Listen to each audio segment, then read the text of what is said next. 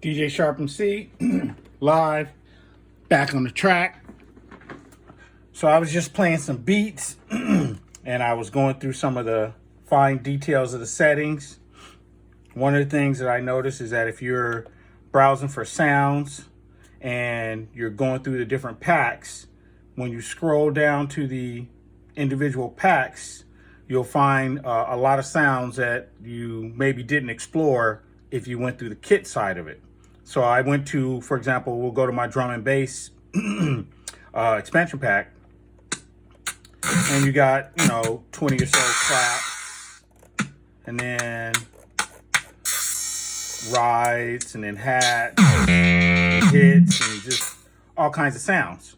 So I went through and I loaded up some of my sounds that would support the track that I'm building, and I was gonna go through and try a couple different things.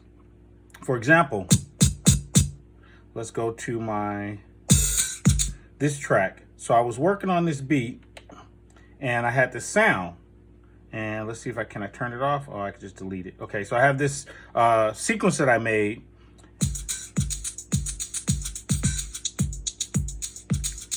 And then I was going through and adding like additional layered sounds. So for example, now I've layered in a hat. So it goes.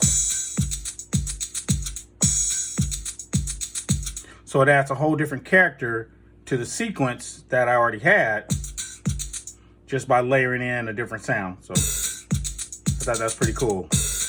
I mean, I know a lot of people probably already done it before, but I was finally getting through and exploring some of the deeper menus on the MPC One. So it even sounds cool with multiple layers. So that was just something cool that I came across, and I thought I'd kind of share that. Then I was watching some YouTube videos, specifically one from Noise London, and the guy was talking about adding variations to your tracks. So I went through and I was trying to mimic what he did.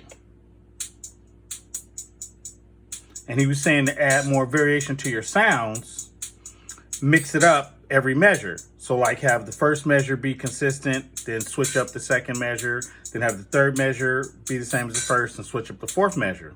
So I tried it, and it actually sounds pretty good just going through creating the one instrument and mixing up the measures so it sounds interesting.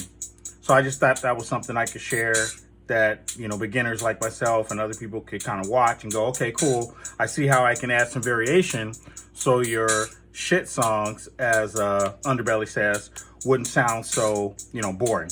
So anyway, so that's me doing it on the hi-hats. Then I went through and I tried to do the same thing on the shakers.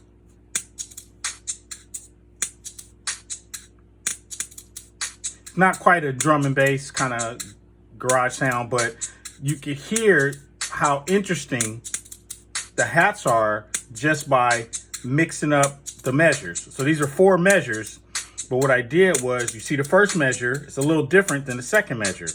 And the second measure is the same as the third, but the third is a little different than the fourth. So it kind of makes your beats interesting. So anyway, the whole song doesn't sound like anything special because I was just kind of putting all these pieces together. We'll play it and see, you can hear how messy it sounds when you're building beats, but that's why it's DJ Sharp MC live, back on the track, because I'm still working on tracks. But this is the whole like training and work in progress stuff that I'm working on.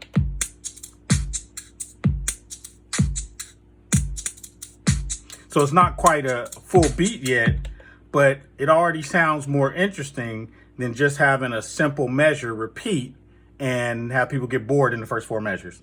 So anyway, Sharp MC, just doing some deep dives on what it looks like when you're building a performance. Peace.